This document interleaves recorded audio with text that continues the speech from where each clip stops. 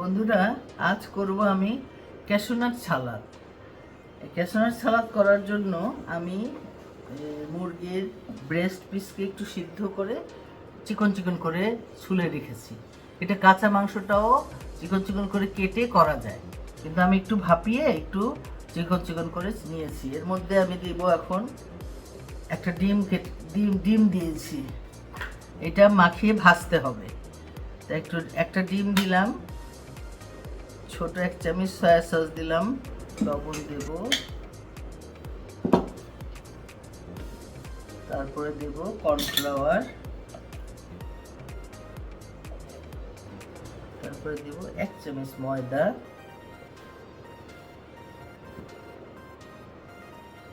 দেব 1/2 চামচ গোলমরিচ গুঁড়ো। এখন এটা সুন্দর করে মাখিয়ে ডুবো তেলে ভেজে তুলব, ক্রিস্পি করে ভেজে তুলতে হবে। এটা আমার ফার্স্ট স্টেপ।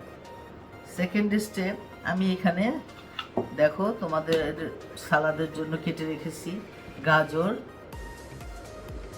ক্যাপসিকাম 2 ধরনের, শসা, আর রেখেছি এই যে ক্যাশনাট। এগুলা আস্তে আস্তে করে স্টেপ বাই স্টেপ মেশাবো।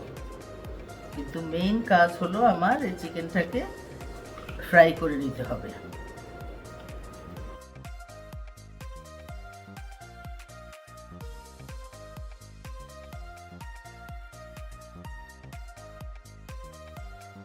এগুলো এরকম করে লালচে করে ভেজে নিতে হবে। গাজরটা যত ক্রিস্পি হবে সালাদটা তত ভালো লাগবে, কারণ দাঁতের মধ্যে যখন এই ক্রিস্পি চিকেনটা পড়বে তখন বেশি মজা লাগবে। তেলের মধ্যে ফার্স্টে আমি ভেজে নেব ক্যাশনাটগুলো।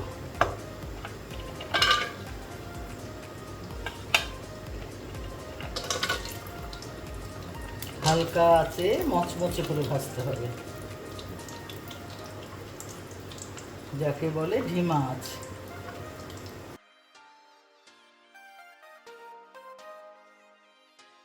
ভাজা হয়ে গেছে, এখন দিব একটু সয়া সস,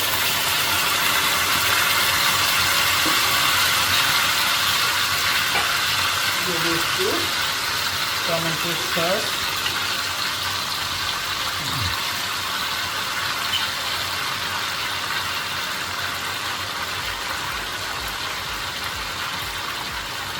দেব 1 চামচ গোলমরিচ গুঁড়ো।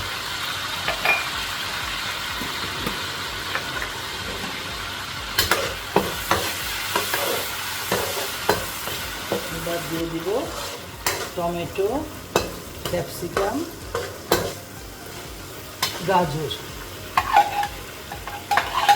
সামান্য লবণ দিব, লবণাক্ত, লবণ বেশি দিচ্ছি না, অল্প একটু লবণ দিচ্ছি।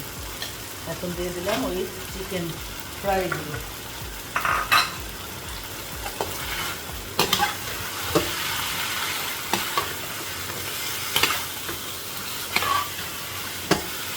ভাজাটা বেশি গাঢ় হয়ে গেছে, এই জন্য কালো কালো লাগছে। একটু হালকা ভাজবে চিকেনটা, তাহলে একটু দেখতে সুন্দর লাগবে। এখন দিয়ে দিব শসা আর কাঁচামরিচ, জুলিয়ান কাট করে রাখা। এখন দিয়ে দিব আমি চিলি ফ্লেক্স।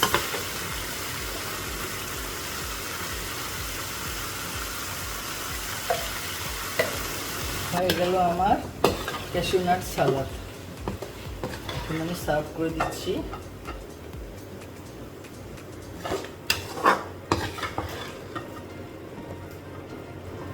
বন্ধুরা, হয়ে গেল ক্যাশনাট সালাদ। আমি একটু ভাজা তিল আর একটু কালিজিরা ছিটিয়ে দিচ্ছি উপরে। থ্যাংক ইউ বন্ধুরা, যে যেখান থেকে দেখে থাকো, তোমরা সকলে ভালো থাকো, দোয়া রেখো আমার জন্য। আল্লাহ হাফেজ, ফি আমানিল্লাহ।